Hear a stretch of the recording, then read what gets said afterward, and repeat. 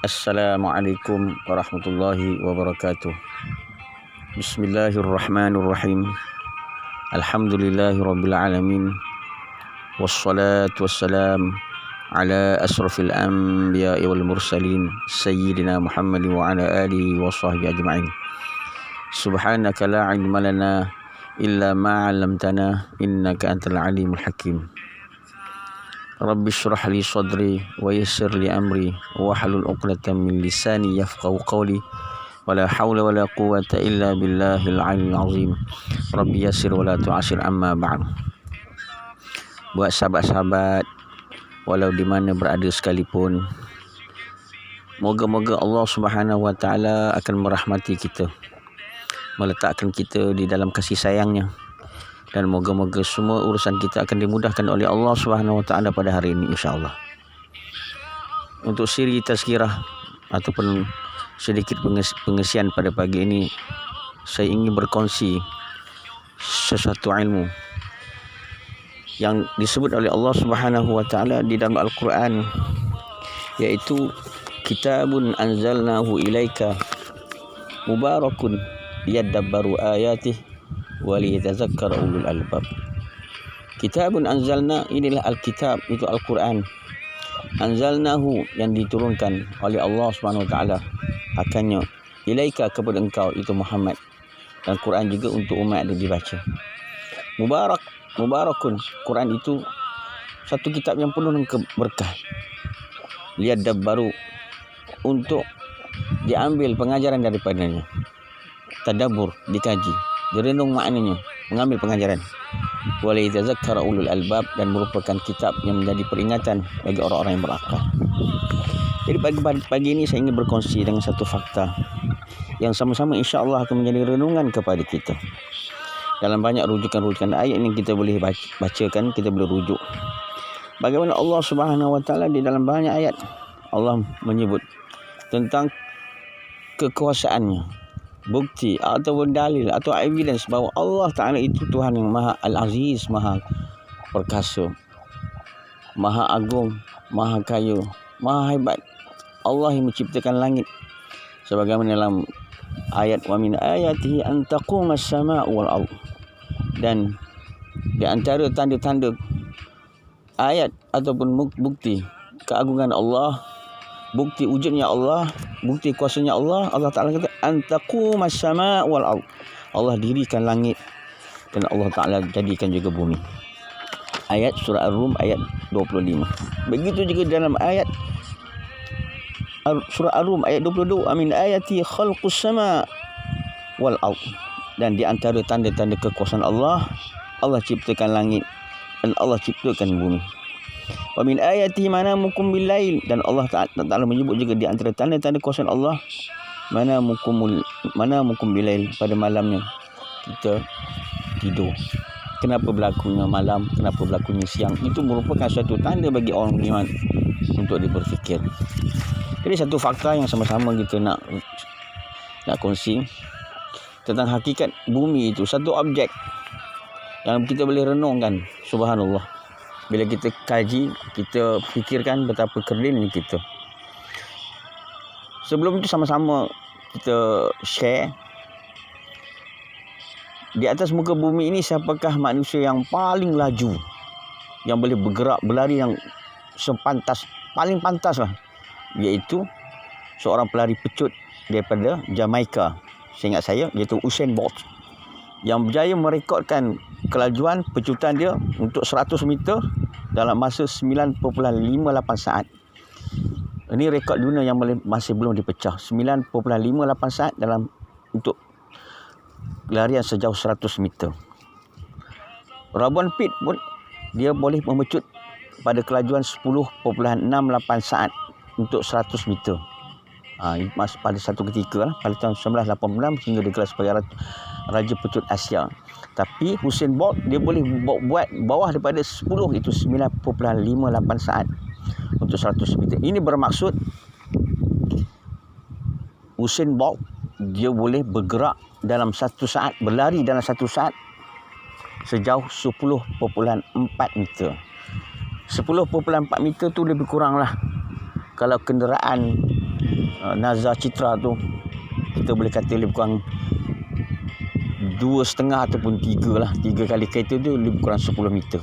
Maknanya dalam satu saat, itulah sejarak dalam satu saat Usain Bolt boleh bergerak. Manusia yang paling pantas pada ketika ini. Kemudian kita kaji lagi. Kalau kita buat kereta dengan pecutan kita tekan minyak, meter kereta menunjukkan 120 km/h. Maksud dia 120 tu bermaksud kereta bergerak dalam 1 jam sejarak 120 km. Kalau kita ukur dalam bentuk saat, bermaksud 1 saat kereta kita boleh bergerak sejauh 33 meter. Kalau Usain Bolt tadi manusia yang paling pantas dalam 1 saat, dia boleh pergi kepada 10 meter. Tapi kereta yang memecut dengan 120 km per jam tadi, dia boleh pergi dalam 1 saat sejarak 33 meter. Kemudian kita ambil kereta yang paling laju. Apakah kereta yang paling laju? Satu kereta Bugatti Chiron. Dia boleh bergerak sejauh 400, dia boleh bergerak dengan kelajuan 491 km per jam. Maknanya dalam 1 jam dia boleh bergerak sejauh 491 km.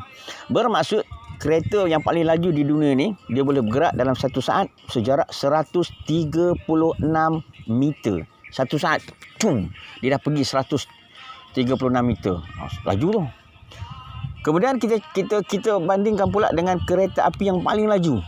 Setakat ni apa yang saya dapat carian di Google, satu kenderaan kereta api yang paling laju iaitu Maglev daripada buatan Jepun. Dia boleh buat pecutan sehingga 600 km per jam. Maknanya dalam 1 jam dia boleh pergi ke sejarak 600 km. Jadi untuk 1 saat, dalam tempoh sesaat, berapa jarak dia telah lalui. Kereta api yang paling laju, dia boleh bergerak dalam 1 saat sejarak 166 meter. Manusia yang paling laju, 1 saat 10.4 meter. 10 meter lah kita kata. Tapi kereta api yang paling laju, 1 saat dia boleh pergi ke 166 meter. 10 kali ganda. Kemudian kalau kita ukur pula, banding pula dengan kapal terbang. Kapal terbang ni secara biasanya dia boleh pergi pecutan dia 800 km per hour. Maknanya dalam 1 jam dia boleh pergi ke sejauh 800 km. Kalau kita ukur dalam bentuk saat, berapa meter dia boleh pergi dalam tempoh 1 saat. 1 saat dengan kelajuan 800 km per hour tadi, dia boleh pergi ke sejarak 222 meter. 1 saat. Bayangkan tuan-tuan, bayangkan sahabat sekalian, 1 saat dia dah pergi 22 meter. Kemudian barulah kita ukur dengan objek bumi pula. Bumi ni dia nak berputar pada paksi dia.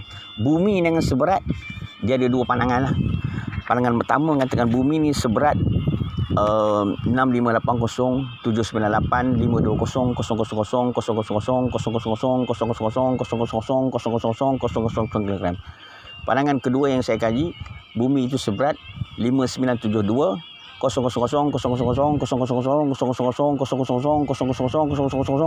kilogram.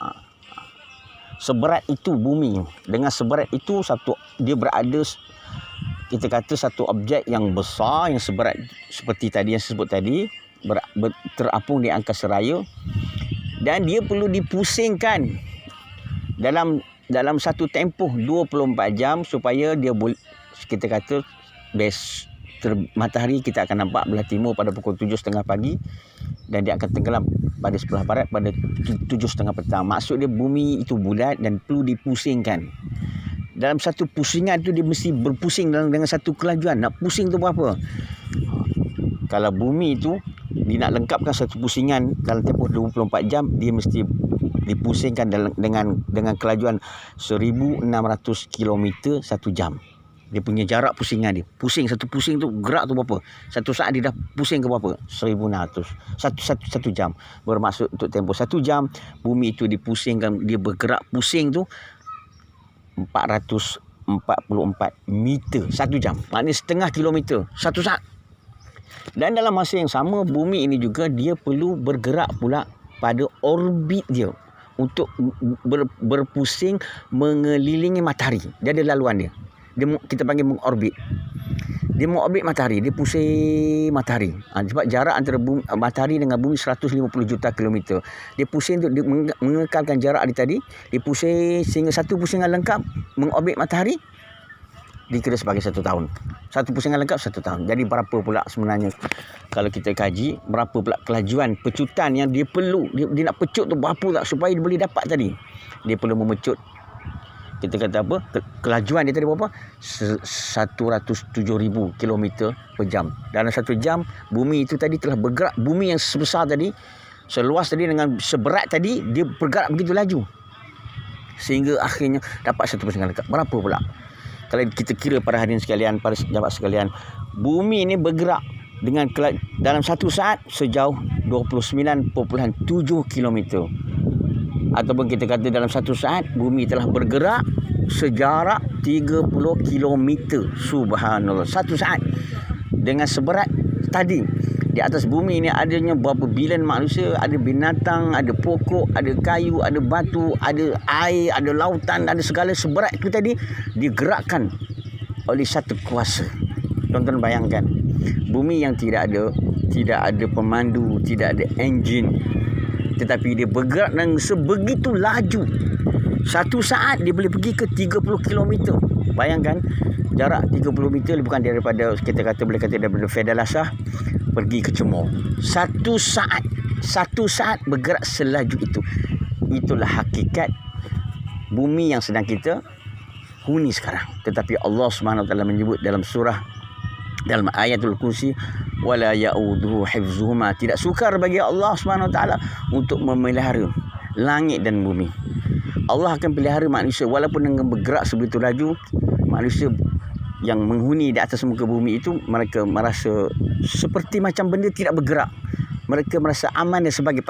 Tapi pada hakikatnya kita sedang bergerak di atas satu, kita kata, objek kapal angkasa raya yang begitu laju.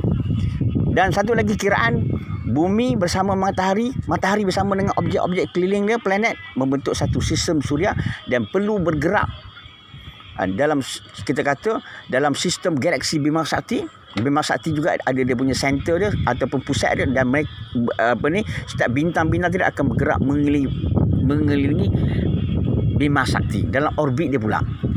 Bersama gugusan tadi lah, sistem suria dan juga planet-planet keliling dia bergerak dengan kelajuan, subhanallah. Dia nak bergerak tu kelajuan dia berapa? Lebih kurang 780,000 km 1 jam. Bermaksud bumi ini tadi dan sistem suria tadi bersama dengan planet-planet yang mengelilingi matahari perlu bergerak selaju 217 km dalam satu saat, bergerak sejauh 217 km. Bayangkan, lebih kurang daripada Fedalasah pergi ke Kuala Lumpur dalam 1 saat. Cup dah sampai. Itulah hakikat kelajuan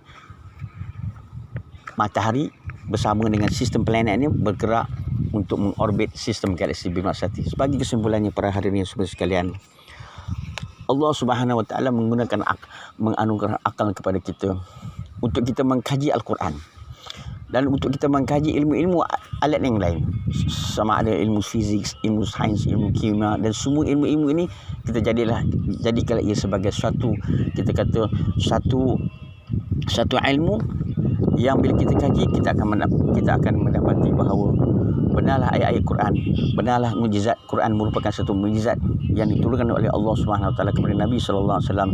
Mudah-mudahan dengan kita mengkaji Al-Quran ini, kita akan merasakan hati kita kebesaran Allah Subhanahu Wa Taala. Moga-moga dengan tazkirah dan ini akan beri kebaikan kepada saya. Aku qauli hadza, astaghfirullahaladzim. Assalamualaikum warahmatullahi wabarakatuh.